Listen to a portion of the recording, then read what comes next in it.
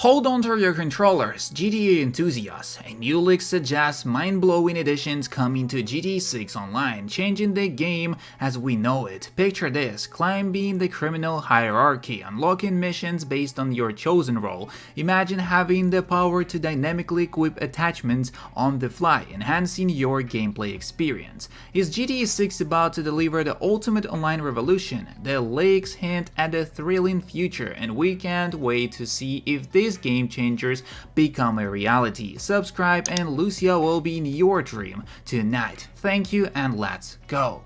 And starting off with, I remember back in 2014 on GTA 5, people would drive their Sand Kings in the box and through the river right in front of Fords and Kudo. So seeing Rockstar seemingly fully embrace this in GTA 6 is pretty damn exciting. So apparently the song Ring My Bell by Anita Ward will not be in the GTA 6 trailer too, and in my opinion I think that it is a lie. You're telling me it took 3 days to change this. I don't believe that, but we will see in the near future. Criminal Hierarchy. I think it would be cool if GTA 6 Online had a major revamp in how you earn money. My suggestion would be the Criminal Hierarchy. Players would start out on the bottom row and would be completely free in what role they do. If you play, for example, a lot of thief missions, your rank in the category would increase, which would unlock harder and better paying missions for thieves. But you could also do a bit of everything or selection of the ones you like. As far as properties concerned, these players would only be able to own apartments, and if you wish to climb the ladder, you could start a gang. Each type of gang would provide you with a group base and bunch more missions to do. As a gang leader, you could also outsource a mission to players who still aren't members of a gang. That way they would get to do a higher paying missions and the gang would get a cut. When you reach the top of the ladder, you become a crime lord. Crime lords basically own the crime as a business and they are able to buy gangs. This would give them some more missions while the crime lord would get a cut. The players who got to this level would be the only ones that are able to buy yachts and large buildings. And also we could see this hierarchy right there: crime lord mafia, urban gang, cybercrime gang, and biker gang, and the lowest ones: hitmen, drug dealers, thieves, arms dealers, and bounty hunters. So there we go. Let's go for more. Is this the Mytic looking thing a reference to this or? And here we could see some pictures over here from the trailer. It cures emotions, but most people just suggest about the joke on the mats, I think, as it's parodying the over-medication of modern society, I believe. America's favorite dissociative, and yeah, they've been making this joke since at least GTA 3. GTA 6 hype in reality. So is GTA 6 really the most anticipated game of all time? Has Rockstar laid a formula with every GTA title to pass that they are gonna continue to, even if some of the mission and HD structure is 10 plus years old? My biggest question is, are they going to merge what worked well in Red Dead Redemption 2 and carry it over to GTA 6? A lot of the gameplay mechanics in Red Dead Redemption 2 were accessible and helped the player involve themselves in the world. However, that was playing a cowboy in 1800s, but it worked. And if Rockstar are going to continue to back the approach, then I would love to see how they implement robbing people in the next GTA, because historically Rockstar have always built on previous work.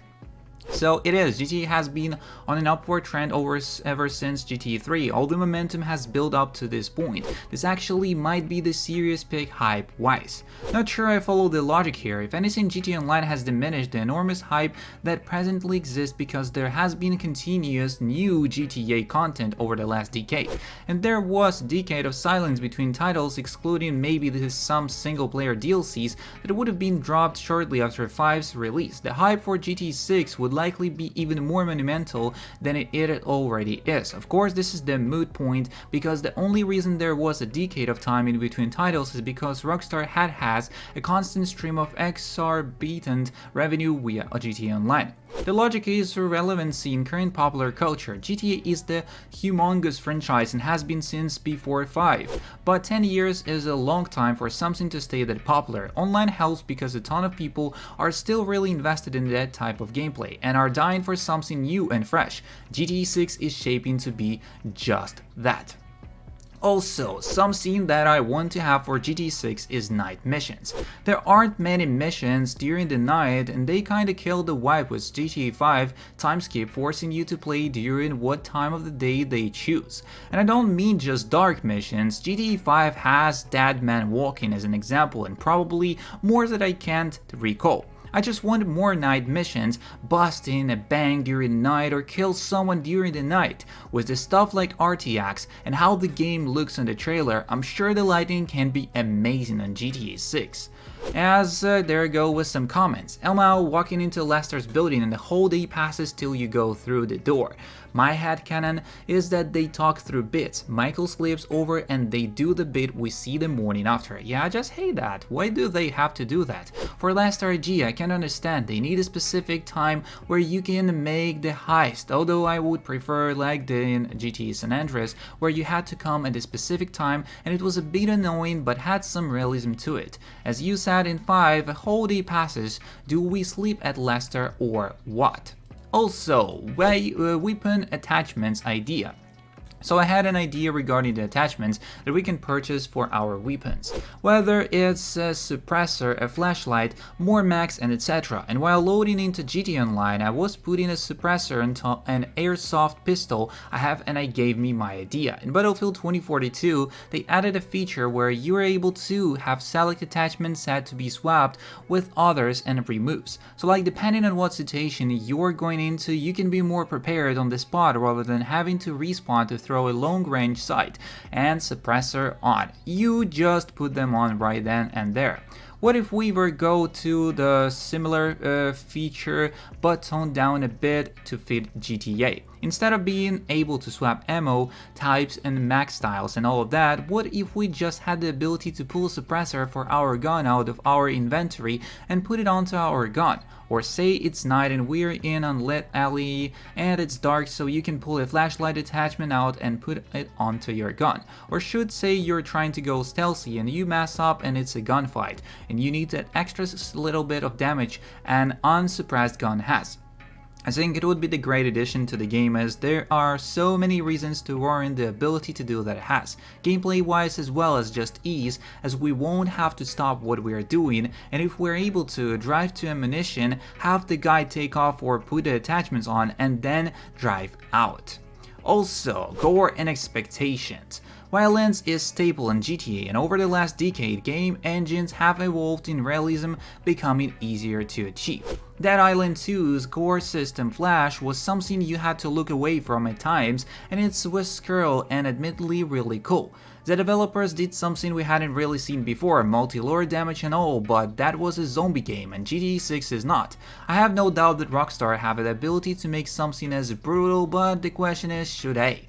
Along with any GTA release comes media outrage and the discussion of violence in video games causing violence in real life, as the executives at Rockstar most likely opted with a gore system on par with Red Dead Redemption 2 to manage outrage. And when it comes to it, if you're running over or shooting NPCs, do you really want it to feel real? Do you want to see their bones, or do you want to the arcade-wide decapitation and bleed out? I think they're an audience to be reached with something like a Flash system, but it's probably not the majority. I personally have mixed feelings on what I want to see. Do I want to have some shootouts with police that feel real? Yes, but there are other violent things I'll be doing. Shootout, downtown and robberies. If I shoot a store owner, I don't know if I want to see him convulse and seize. What do you want and where your expectations are? Don't forget to subscribe, like and share. See you in the next one and peace.